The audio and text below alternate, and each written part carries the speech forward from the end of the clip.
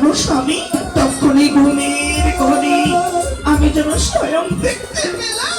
এই, কি দেখতে পেলে তুমি? জানো স্বামী, কানে শুনতে পেলাম। আর কি শুনতে পেলে বলতো?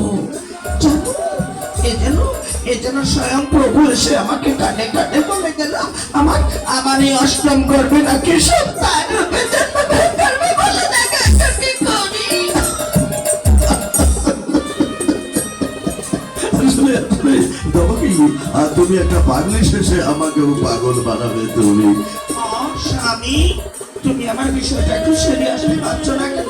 আরে ভাববো এই তুই করে ভাববো। দেখো রবি, মানুষ ঘুমিয়ে বললে স্বপ্ন দেখবে, যা চিরচারিত নিয়ম। তাই বলে তোমার মতো এবারে কেউ বিচলিত হয়ে পড়েছে নাকি? স্বামী গো, আমার মন বলছি এই স্বপ্ন সে স্বপ্ন নয়। রাখো তো তোমার স্বপ্ন কথা। তাই শোনো, তোমাকে একাকী গিয়ে রেখে আমি খানিকটা বাইরে কিসের জন্য গিয়েছিলাম সেটা কি তুমি জানো? কি জানি, তুমি আমাকে বলে দিয়েছিলে নাকি?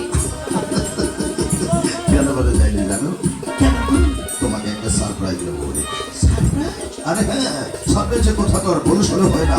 দুজনকে বিয়ে করেছে বটে, আমি পতি হিসাবে তোমায় কিচ্ছু দিতে পারিনি, তাই এ সামান্যটুকু উপহার তুমি